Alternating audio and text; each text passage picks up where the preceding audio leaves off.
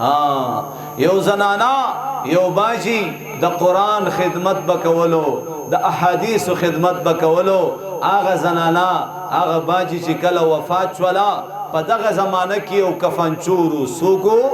یو کفنچورو هغې ته پته ولګېده چې د باجی خو ډېرې شاګردانې دي د باجی خو ډېرې شاګردانې دي دله به کفن هم ډېر قیمتي ورچوي راشه جنازه به وکړي قبر به را معلوم کی او د شپې په تیاره کې به راشي او دا کفن به ترې نه راوباسي او ځان له به خرڅ کړي. زما محترمو د قرآن برکت واوره د قرآن د خادمینو برکت واوره. دغه کفنچور وی زه د دې زنانا په جنازه کې شریک شوم جنازه مې وکړه بیا چې کم دی دا باجی دا لاش یوړو قبرستان طرف ته ادیرې طرف ته چې کله خخ کړله وی الته ما یو نخه کېښوسته چې زه به بیا د شپې راځم او دا تازه قبر به راکولاوم او د دې نه به دا کفن را وباسم او ځان له به خرڅوم. وی چې کله د شپې راغم مختصر ویم وی قبر مې راکولاو کو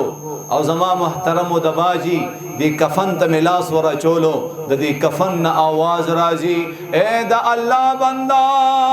تم جنتی زم جنتیم د یو جنتی د بلی جنتی سره سکار دی چې کپڑی تی نو باسی او بی پرده کئیے. اللہ اکبر. د باجی د مړی نه آواز راغی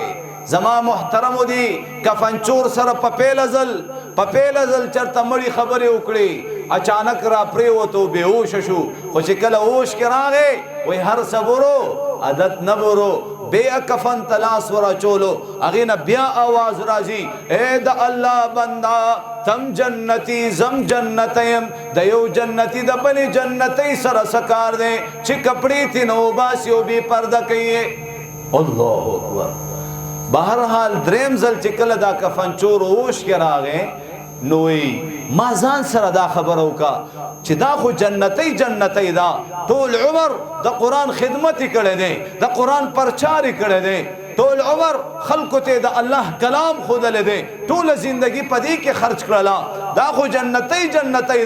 دا خو ما ته وایي چې تم جنتي او زم جنتیم دا زه پسه جنتي شوما ما خو ټول عمر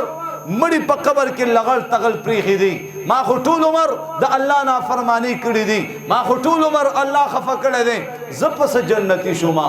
وای د دې زنانه نه مې تپوس وکړو چې ته خو جنتۍ دا زه پسه جنتي شوما. وای هغه زنانه راته وای زما روح چې کله اسرائیل علیه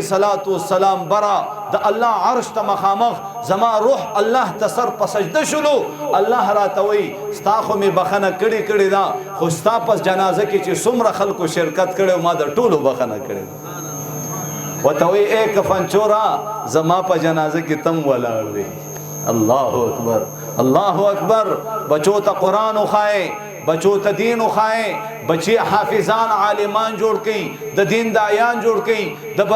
قرآن د پاره د دین د پاره د احادیثو د پاره خپل بچی د محمد رسول الله په شکل او شباهت په هغه ډانچه کې جوړولو د پاره هر رقم قرباني وي ورکو به انشاءالله هر رقم قرباني وي ورکو به انشاءالله. زما محترمو زما والد صاحب او والده دواړو د الله د دین د پاره پداوت او تبلیغ کې قرباني ورکړي پداوت او تبلیغ کې د الله پلار کې مال قربان کو په علماو باندې مال خرج کو په طالبانو باندې مال خرج کو په جمعتونو باندې په مدرسو باندې په غریبانو باندې په یتیمانو باندې الله ورته فصله کې پکور کې شپږ علماء کرام الله پیدا کړ زمونږ پکور کې الله شپږ علماء کرام پیدا کړ د سرو زرو قدر د زرګر سره جسه منګ د پایلټانو نه د ججانو نه د وزیر اعظم نه د ډاکټر نه د وکیل نه د انجینیر نه متاثر کیږو چرته د یو طالب نه متاثر نشو چرته د قرآن والو نه متاثر نشو چرته د تهجد گزارو نه متاثر نشو چرته د یو عالم دین نه متاثر نشو. وی کم چې مې په پاک الله په پاک نبی ډېر ګران دی نن هغه اسلام یتیم شو زکه مې زړه وران دی